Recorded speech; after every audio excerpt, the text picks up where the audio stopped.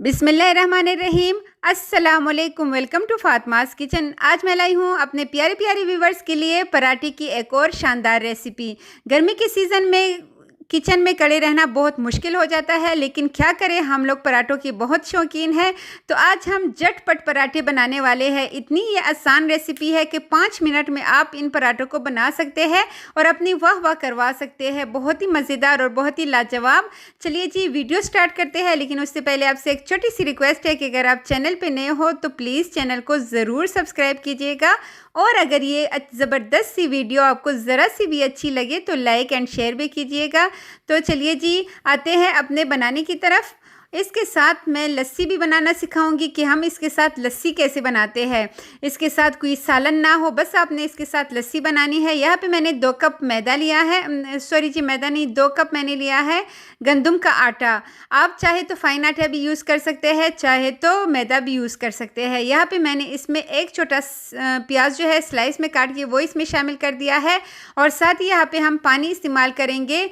3 cup यहाँ पे हमने पानी का इस्तेमाल करना है, लेकिन चूँकि हमने इसमें गुठलियाँ नहीं बनानी तो इसलिए थोड़ा थोड़ा पानी शामिल करके हमने इसको एक इतना थिक बनाना है। मैं आपको दिखाती हूँ। और इसमें पानी डालते हुए हमने मुसलसल इसको मिक्स करना है। और इस पे सिर्फ़ और सिर्फ 1 मिनट लगेगा इस डो को रेडी करने के लिए। ना आपको आटा गूंदने की ज़रूरत होगी और ना ही ज़्यादा मेहनत की ज़रूरत होगी।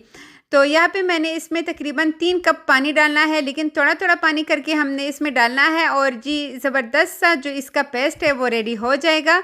तो ये पराठे आप बच्चों के लिए लंच में भी बना सकते हैं, क्योंकि इसमें बिल्कुल 5 मिनट लगते हैं। इससे ज़्यादा इंशाल्लाह आपका टाइम जो है वो नहीं लगेगा। तो अच्छी तरह मिक्स करने के बाद अब हमने क्या करना है जी, अभी कंसिस्टेंसी मैं आपको दिखाऊंगी।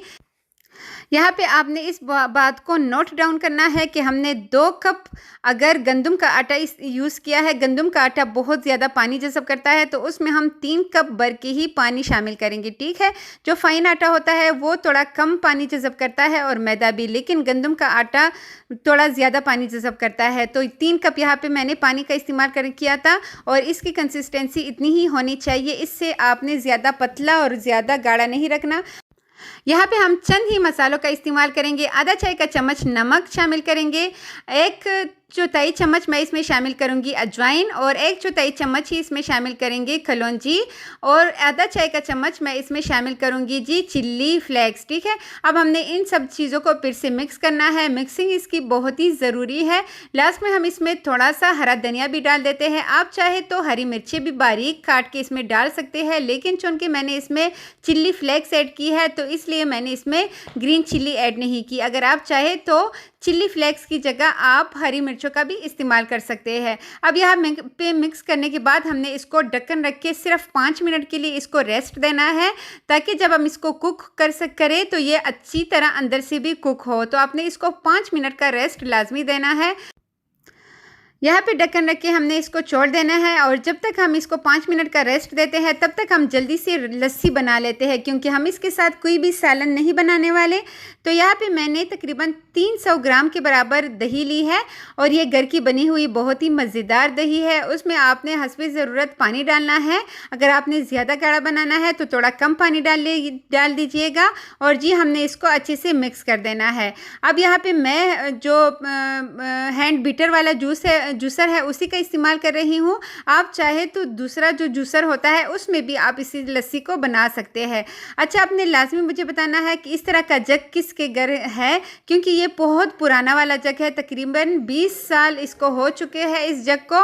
और यहाँ पे मैंने इसमें थोड़ा सा नमक भी शामिल कर दिया था, और हमारा ज़बरदस्त सा लस्सी जो है वो रेडी हो चुकी है। अब यहाँ पे डो को भी 5 मिनट हो चुके हैं और ये अच्छी सी सेट हो चुकी है। तो बग़ैर गूंदे हमने कैसे ज़बरदस्त पराठों के लिए डो जो है वो रेडी कर दिया है।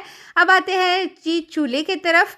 तो यहाँ पे मैंने पैन ले लिया है, उसमें हम थोड़ा सा ही तकरीबन 1 टेबल स्पून के बराबर ऑयल डालेंगे, और इसको हमने अच्छी तरह ब्रश की मदद से इसके ऊपर ब्रश कर देना है, इसको स्प्रेड कर देना है। इसके बाद जी हम हस्बी ज़रूरत ये बैटर लेंगे।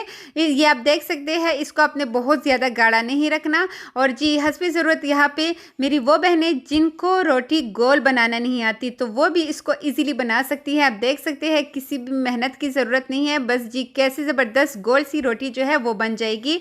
यहाँ पे आपने तब तक इसको नहीं छेड़ना जब तक कि ऊपर का जो सरफेस है ये थोड़ा सा ड्राई ना हो जाए, जैसे कि आपको दिखा रही हूँ। और जी इसके बाद जब ऊपर का सरफेस जो है वो ड्राई हो जाए तब आपने इसके साइड्स को चेंज करना है। और यहाँ पे फ़िलहाल हमने ऑयल या घी का इस्तेमाल नहीं करना, हमने दोनों साइड से इसको तकरीबन 50% गलाना है, 50% हमने इसको कुक करना है। इसके बाद ही हम इसके ऊपर घी, बटर या फिर ऑयल, मतलब जो आपको मुनासिब लगे, जो आपको पसंद हो, आप अपने हिसाब से इस्तेमाल कर सकते हैं। और जैसे ही इसको तकरीबन 50% ये कुक हो चुका है, हम इसके ऊपर भी थोड़ा सा ऑयल मैं डाल रही हूँ और जी इसकी साइड को हम चेंज कर देंगे। और इसके ऊपर भी हमने यहाँ पे भी थोड़ा सा ही ऑयल लगाना है, बहुत कम ऑयल लगाएंगे और थोड़ी सी ही ऑयल में हमारे पराठे बहुत ही मज़ेदार बनेंगे। अगर आप डायरेक्ट जो है इसमें घी डालेंगे या ऑयल डालेंगे तो ऊपर से इसका कलर बहुत जल्दी आ जाएगा, लेकिन अंदर से ये कच्चे रह जाएंगे। तो आपने लाजमी जो है जब ये थोड़ा सा कुक हो जाए तभी आपने ऑयल, घी या फिर बटर का इस्तेमाल करना है और ऊपर से आपने हल्का हल्का सा प्रेस करते हुए इसको फ्राई करना है। और यहाँ पे चंद ही मिनट लगेंगे और हमारा ज़बरदस्त सा पराठा जो है ये बहुत मज़ेदार पराठा हमारा रेडी हो जाएगा।